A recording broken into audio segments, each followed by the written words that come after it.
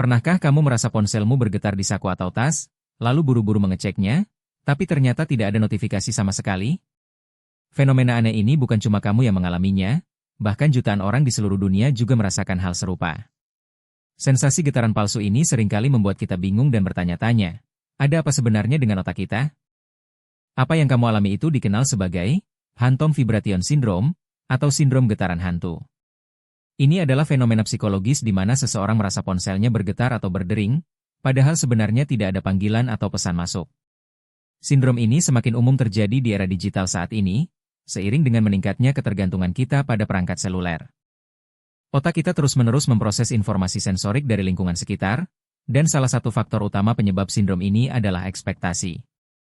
Karena kita sering menerima notifikasi, otak kita terlatih untuk mengantisipasi getaran ponsel. Ekspektasi ini menciptakan semacam prediksi sensorik yang sangat kuat, sehingga sedikit saja rangsangan lain bisa diinterpretasikan sebagai getaran ponsel. Kebiasaan adalah pemicu kuat lainnya. Kita terbiasa dengan pola tertentu. Ponsel bergetar, lalu kita mengeceknya. Pengulangan terus-menerus ini membentuk jalur saraf yang kuat di otak. Akibatnya, otak kita menjadi sangat sensitif terhadap stimulus yang menyerupai getaran ponsel, bahkan jika stimulus itu sangat samar atau tidak ada sama sekali.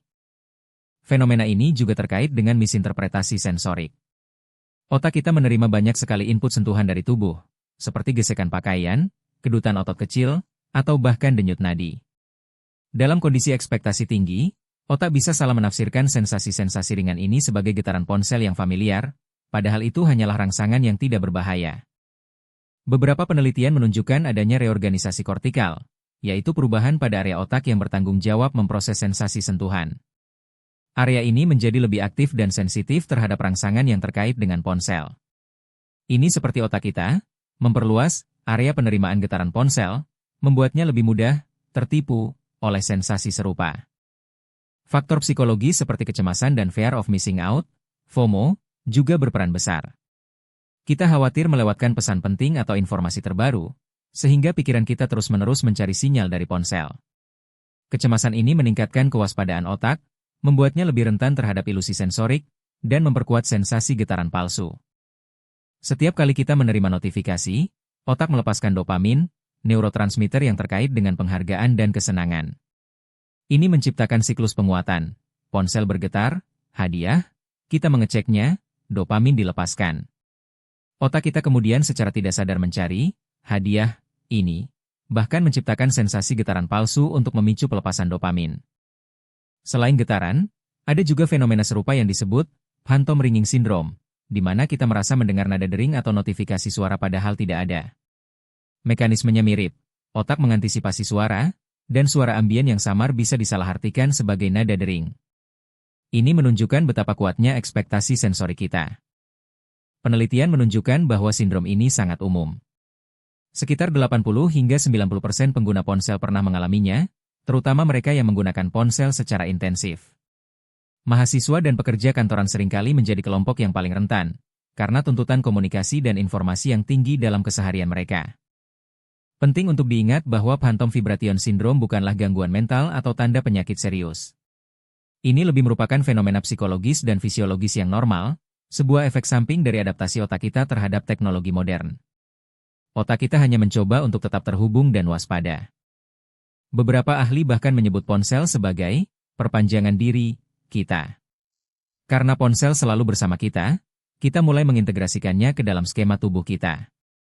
Batas antara tubuh dan perangkat menjadi kabur, sehingga sensasi yang dirasakan oleh perangkat seolah-olah dirasakan oleh tubuh kita sendiri. Selain faktor internal, lingkungan juga bisa berkontribusi. Gesekan pakaian di saku, getaran dari kursi atau meja, bahkan suara bising di sekitar kita, bisa disalahartikan oleh otak sebagai getaran ponsel. Sensitivitas kulit kita terhadap sentuhan ringan juga berperan dalam memperkuat ilusi ini, membuat kita lebih mudah tertipu. Sistem saraf kita sangat kompleks. Reseptor sentuhan di kulit mengirimkan sinyal ke otak, yang kemudian menafsirkan sinyal tersebut.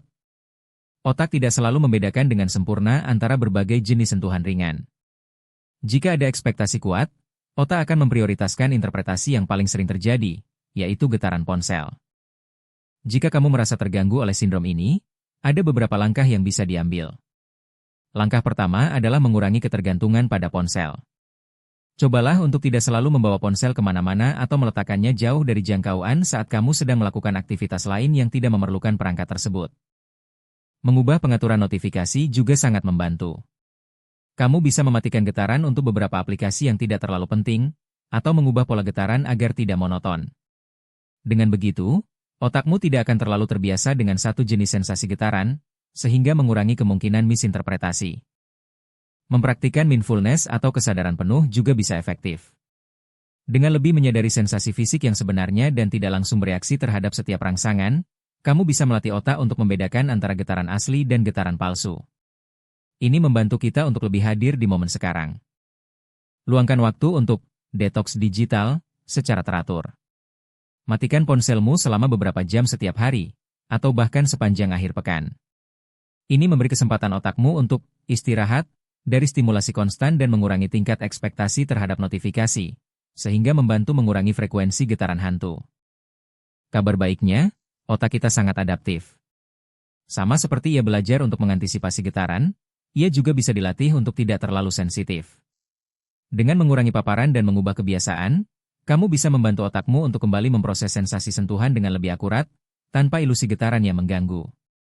Memahami mengapa kita mengalami sindrom ini adalah langkah pertama untuk mengatasinya. Mengetahui bahwa ini adalah respons alami otak terhadap lingkungan digital, kita bisa mengurangi kecemasan yang mungkin timbul. Ini bukan tentang gila, melainkan tentang bagaimana otak kita berinteraksi dengan dunia modern yang penuh teknologi. Sindrom getaran hantu adalah salah satu bukti nyata bagaimana teknologi telah mengubah cara kerja otak dan persepsi kita. Ini adalah fenomena modern yang menarik, menunjukkan seberapa jauh kita telah mengintegrasikan perangkat digital ke dalam kehidupan sehari-hari. Otak kita terus berevolusi, mencoba mengikuti kecepatan perubahan zaman. Jadi, lain kali kamu merasa ponselmu bergetar padahal tidak, ingatlah bahwa itu hanyalah trik kecil dari otakmu yang terlalu bersemangat. Beritahu kami di kolom komentar, seberapa sering kamu mengalami phantom vibration syndrome?